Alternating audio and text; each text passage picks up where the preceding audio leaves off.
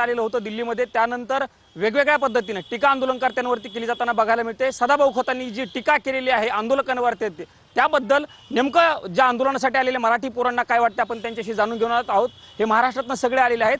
आतंकवादी म्हणलेलं आहे सदाभाऊ खोत यांनी काल आंदोलन करण्याला। तुम्ही स्वतः आंदोलनामध्ये सहभागी होता। नाही, सरकार आता आतंकवादी बनायचं कोणाला शिल्लक राहिले आहे। जे सरकारच्या विरोधात बोलतात, आंदोलन करतात, त्या सगळ्यांना सरकार आतंकवादी बनत आहे। काल जी तरुण मुलं ही सगळी होती, ही ग्रामीण भागातील मुलं होती, देशभरातून आलेली मुलं होती, ती अत्यंत शिक्षणाच्या मुद्द्यासाठी लढणारी पोरं होती। तर त्यांना तुम्ही जर आतंकवादी म्हणत असेल, दहशतवादी म्हणत असेल, तर तुम्ही फक्त देशभक्त, तुमचा जो पक्ष आहे भारतीय जनता पार्टी, तर तोच तुम्हाला देशभक्त दिसतो आणि बाकी तुम्हाला असं वाटतं की या देशातले सगळे लोक देशद्रोही। तर सदाभाऊंना सर्टिफिकेट वाटायची गरज नाही।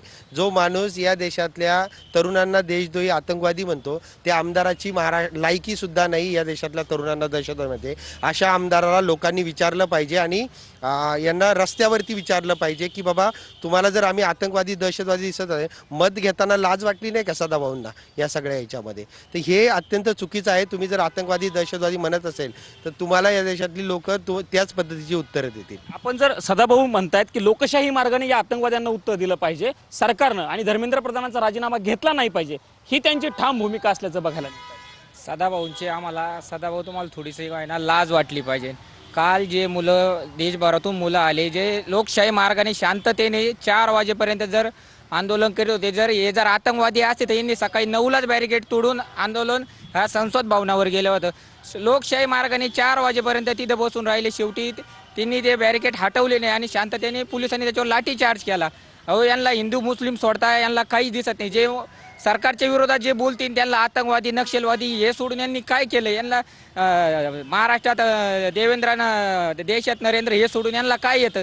अहो, तुम्ही थोडी बागा इथं येऊन मुलं कुठे हे आतंकवादी हे का लोकशाही मार्गाने आंदोलन करणारी मुलं आहे? आंदोलनकर्त्यांवरच्या जखमेवरती मीठ चोळण्याचा हा प्रयत्न आहे असं आपण थेटपणे म्हणू शकतो एक प्रकारे सदाभाऊंच्या वक्तव्यानंतर। बघा, मीठ चोळणे ह्या सगळ्या गोष्टीकडे जेव्हा विचार करतो, सगळ्यात पहिला मुद्दा तुमचा असा होता की लोकशाहीच्या मार्गाने उत्तर द्या। लोकशाहीच्या मार्गाने उत्तर कोण देणार आहेत आणि लोकशाही म्हणजे काय? लोकशाहीची डेफिनेशन तुम्हाला माहिती आहे का? लोकांनी लोकांसाठी चालवून घेतलेली शाही म्हणजे लोकशाही राजकारण, या पद्धतीने आपल्याला अब्राहम लिंकन सांगतो। परंतु तुम्ही बीजेपी वाले लोक आपल्या 10-15 पिढ्या सुखी श्रीमंत करून चालवण्यासाठी शाही म्हणजे लोकशाही एवढंच तुम्ही लोकशाहीची व्याख्या करून ठेवले। अरे, आमच्या हातात एका हातात पुस्तक होतं काल आणि दुसऱ्या हातात गुलाबाचं फूल होतं। दुसरं काय होतं आमच्या हातात? आणि तुमच्या पोलिसांच्या हातात एका हातात लाठीकाठी होते आणि दुसऱ्या हातात बंदूक रायफल होता। याला तुम्ही लोकशाही म्हणता? कुठल्या पद्धतीने तुम्ही लोकशाहीचं उत्तर देणार आहेत? आम्ही लक्षात घेतलं पाहिजे, आमच्या मुखामध्ये डॉक्टर बाबासाहेब आंबेडकरांचं नाव आहे, आमच्या मुखामध्ये महात्मा गांधीजींचं नाव आहे। आम्ही अहिंसाही पेरतो आणि आम्ही लोकशाही पेरतो आणि खऱ्या अर्थाने शांती आणि क्रांतीची भूमिका आम्ही घेतो